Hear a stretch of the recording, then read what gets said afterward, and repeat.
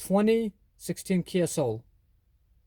Car's got a misfire on cylinder number 2.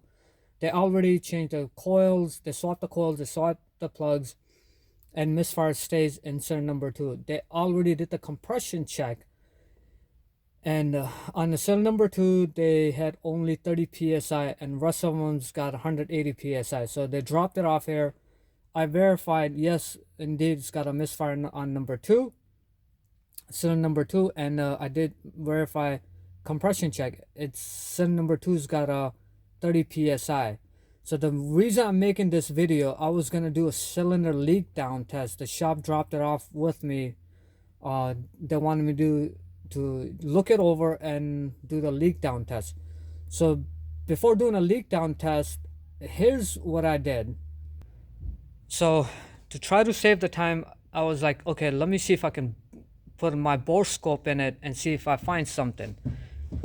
So my Borescope in the cylinder number 2, and let's see if I can get you a good shot of this valve right there. Let's see. So we're in the cylinder right now, and you can see, hopefully camera's picking up, see that chunk is missing on that exhaust. I believe so. Yes, it is an exhaust valve. So yeah, chunk is missing right here, and if you look at the valve next to it, let's see, this valve is fine.